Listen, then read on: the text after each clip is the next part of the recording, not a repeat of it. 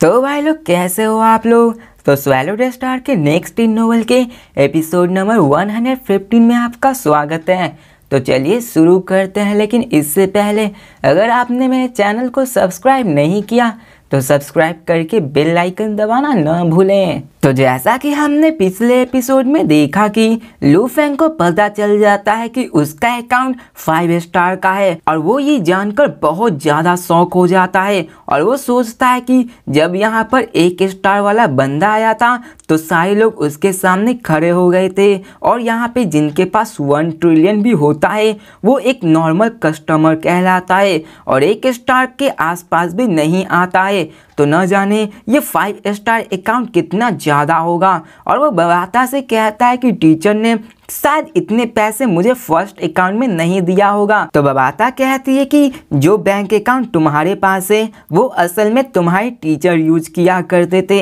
इसलिए वो एक 5 स्टार बैंक अकाउंट है और तुम्हारे टीचर एक अनडाइंग बैंक थे और उनके लिए ये 5 स्टार बैंक अकाउंट एक मामूली सी बात थी। अब यहाँ पे फिर बबाता बताती है कि जो 3 अकाउंट तुम्हारे पास है वो सब एक ही अकाउंट में एग्जिस्ट करते हैं। तो लू फेंग ये समझ नहीं पाता। तो बबाता कहती है कि वो अकाउंट सेम ही है लेकिन उनके लिए अलग अलग पासवर्ड यूज होते हैं। जैसे जैसे तुम अपने लेवल को अप करोगे तुम उन अकाउंट को एक्सेस कर पाओगे, इसलिए तुम्हारा पहले स्टार लेवल में जाना ज़रूरी है, फिर पहले तुम पहले अकाउंट को यूज कर पाओगे और जब तुम यूनिवर्सल लेवल में जाओगे तो उसी बैंक में तुम अपना सेकंड अकाउंट को एक्सेस कर सकते हो और जब तुम डोमेन लॉर्ड में जाओगे तो अपने थर्ड बैंक अकाउंट को एक्सेस कर पाओगे और ये तीनों एक ही अकाउंट में मर्ज है। और अब फिर लू फेंग भी इसे समझ जाता है और वो कहता है कि अर्थ पे ऐसा ही सिस्टम है जिसमें एक पासवर्ड डालने पे $1000 मिलते हैं, वहीं पे दूसरे पासवर्ड डालने पे 1 मिलियन और वहीं पे थर्ड पासवर्ड डालने पे 1 बिलियन, ताकि अगर किडनैपर उसे पकड़कर टॉर्चर करे तो वो सिर्फ $10,000 को ही निकाल पाएगा और बाकी पैसे को वो एक्सेस नहीं कर पाएगा। अब तभी वो प्रेसिडेंट भी वहाँ पे आ जाता है और लू फेंग को रिस्पेक्ट देता है और वो उसे एक एलिवेटर में ले जाता है और वहाँ एक मेटल रॉबोट भी आता है जो लू फेंग को वेलकम करता है। अब लू फेंग एलिवेटर से 13 फ्लोर पे चला जाता है और फिर वहाँ पे प्रेसिडेंट पीछे मुड़कर लिफ्ट में फिर से वापस चला जाता है और इस वक्त वो रॉबोट लू फेंग को अपने पीछे आने को बोलता है। अब लू फेंग भी सस्पिशियस था कि एक रॉबोट मुझे सर्व क्यों कर रहा है। अब लू फेंग को ये नहीं पता था कि Z rock star universe Galaxy bank के प्रेसिडेंट की इतनी औकात नहीं कि वो लू फेंग को अभी सर्व कर सके। अब लू फेंग एक लग्जरियस और कंफर्टेबल रूम में जाता है और वहाँ पे लू फेंग अपने अकाउंट नंबर बताता है और कहता है कि मैं अपने पैसे को विड्रॉ करना चाहता हूँ। तो अब फिर वो रॉबोट लू फेंग को अपने स्पिरिचुअल फोर्स को स्कैन करने के लिए बोलती है। अब बबाता ने लू फेंग को पहले ही बता दिया था कि पैसे निकालने के लिए उसे स्पिरिचुअल फोर्स की ज़रूरत पड़ेगी और इसलिए लू फेंग को वो स्टार लेवल में जाने के लिए बोल रही थी, ताकि जब तक उसका स्टार लेवल का स्पिरिचुअल फोर्स नहीं होगा तब तक वो बैंक अकाउंट को एक्सेस नहीं कर सकता है। अब लू फेंग अपने स्पिरिचुअल फोर्स को पास ऑन करता है और फिर रिक्वायरमेंट्स मैच हो जाती है और अब फिर लू फेंग अपने बैलेंस को चेक करने का ऑर्डर देता है। और अभी लू फेंग परेशान था कि क्या अभी मेरे पास इतने पैसे होंगे कि मैं अर्थ को अफोर्ड कर सकूंगा, क्योंकि मेरे टीचर ने उस बैंक अकाउंट को स्प्लिट किया हुआ होगा। क्या पता स्टार लेवल में इतने पैसे ही ना हो कि मैं अपने अर्थ को अफोर्ड ही ना कर सकूं। अब वहाँ पे लू फेंग के सामने स्क्रीन पे कुछ नंबर्स आते हैं। अब जब लू फेंग उन्हें देखता है तो दंग रह जाता है और जब वो उसे काउंट करता है तो वो टोटल 10 बिलियन थे। अब 10 बिलियन के पीछे भी कुछ लगा था जो कि गानू डॉलर था और लू फेंग इसे देखकर और भी ज़्यादा खुश हो जाता है कि वो टोटल 10 बिलियन गानू डॉलर्स थे। अब ये total 10 trillion black dragon dollars थे जो कि लू फेंग के लिए बहुत ही ज़्यादा था। और अब फिर बबाता कहती है कि तुम्हारे टीचर ने तुम्हारे स्टार लेवल पे जाने के लिए 10 बिलियन गानू डॉलर्स दिए हैं, क्योंकि वो जानते थे कि इससे वो यूनिवर्स में एक्सप्लोर करेगा और ये बहुत ज़्यादा है उसके लिए। अब फिर लू फेंग बबाता से पूछता है कि मेरे यूनिवर्स और डोमेन लॉर्ड के अकाउंट में कितने पैसे होंगे। तो बताता क्या आती है कि मुझे भी इसका कोई अंदाजा नहीं है। और अब फिर लू फेंग उन पैसों को ट्रांसफर करने के लिए बोलता है और फिर लू फेंग वहां से बाहर निकलता है। और अभी लू फेंग, होंग और थंडर गॉड उस यूनिवर्स बैंक से बाहर आ गए होते हैं और थंडर गॉड लू फेंग से पूछते हैं कि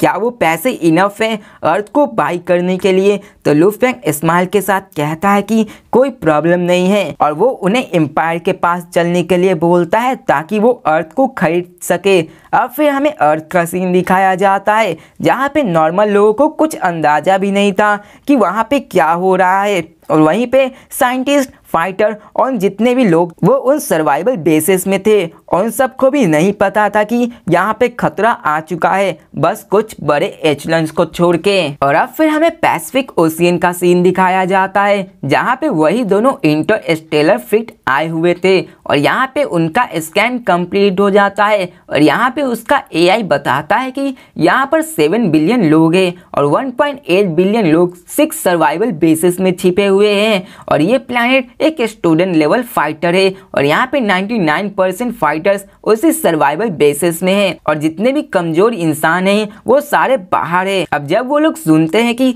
यहाँ पे एक सर्वाइवल बेस है तो वो लोग शॉक हो जाते हैं और वो कहते हैं कि किसने कहा था कि ये एक पिछड़ा हुआ प्लैनेट है जिसका कोई लीडर नहीं है, आखिर इस छोटे से प्लैनेट के पास खुद का सर्वाइवल बेस कैसे आ सकता है, ये बिल्कुल नामुमकिन है। अब दूसरा कहता है कि हाँ तुमने सही कहा, इस प्लैनेट के पास जरूर यूनिवर्सल कम्युनिकेशन सिस्टम होगा, उसी कारण इन्होंने सर्वाइवल बेसिस को ले पाया होंगे। अब वो लोग सोचते हैं कि क्या किया जाए क्योंकि बुलवा इस एबोरिजिनल प्लैनेट पे मारा गया था। तो उनमें से एक बंदा कहता है कि इसे एबोरिजिनल प्लैनेट मत कहो, ये प्लैनेट ने 6 सर्वाइवल बेसिस बनाए हुए हैं जो कि सी ग्रेड के हैं और इस यूनिवर्स में ऐसे कोई मामूली प्लैनेट इस सर्वाइवल बेसिस को कतई नहीं बना सकते हैं। अब वो लोग इसी बात पे अटके हुए थे कि उन्हें क्या किया जाए। अब उन्हें लगा था कि वो अर्थ को आसानी से डील कर लेंगे लेकिन उन्हें इन सब के बारे में तो पता ही नहीं था और वो सारे 8 हायर्स हैप्पी भी नहीं थे।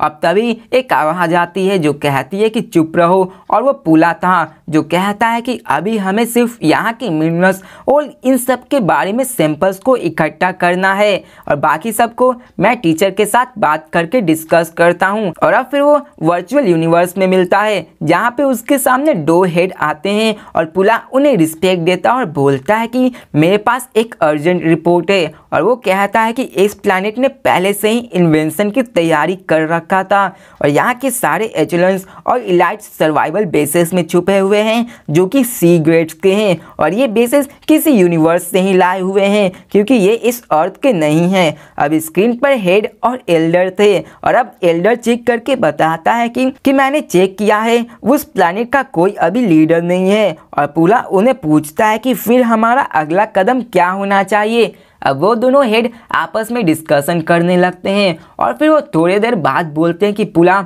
जितनी जल्दी हो सके डाटा कलेक्ट करो और उसे closest black dragon mountain government को भेजो और अभी अर्थ का कोई लीडर नहीं है तो हम उसे अपने अंदर कर लेंगे। और फिर वो वहाँ पे दूसरी बात कहते हैं कि वहाँ पे ट्रेजर्स को खोजो, अगर किसी अनडाइंग बैंक ने छोड़ा होगा तो उसे ले लो। और तीसरा उनका ऑर्डर था कि वहाँ के लोगों को कैसे भी करके हिप्नोटिज्म का यूज करो या फिर फोर्स का यूज करे, उन्हें अपने फायदे में लेना है और उनसे सारी जानकारी को निकालना है। और एल्डर फोर्ट ऑर्डर देते हैं कि तुमने कहा था कि उस जगह पे बीस्ट भी रहते हैं तो उन्हें पालतू बनाओ और वहाँ के ट्रेजर्स के बारे में पता लगाओ क्योंकि वो बीस्ट वहाँ के हर एक कोने के बारे में जानते होंगे जहाँ तक ह्यूमंस ने एक्सप्लोर नहीं किया होगा। अब वो इन सबको जल्दी करने को बोलता है और अब फिर फोन कट हो जाता है और पुला अपने वर्चुअल यूनिवर्स से बाहर निकल कर अपने सारे 1000 स्टार लेवल्स को और 10,000 स्टार ट्रेवल लेवल के बंदे को ऑर्डर देता है। अब यहाँ पे वो लोग धरती पे थे,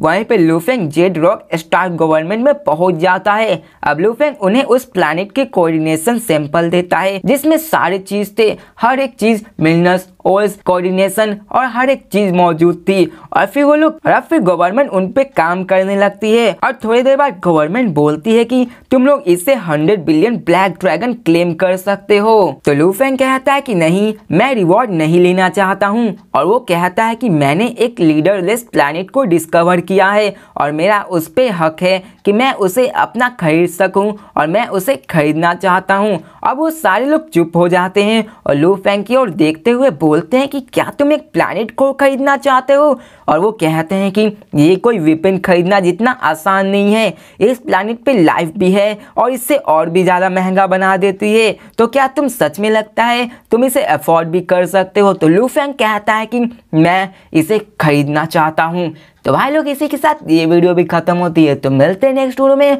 और देखते हैं क्या ब्लैक ड्रैगन एम्पायर की गवर्नमेंट लू फेंग को अर्थ को खरीदने देगी या फिर नहीं, या फिर अर्थ गुलाम बन के रह जाएगा। तो मिलते हैं नेक्स्ट वीडियो में, तब तक के लिए बाय।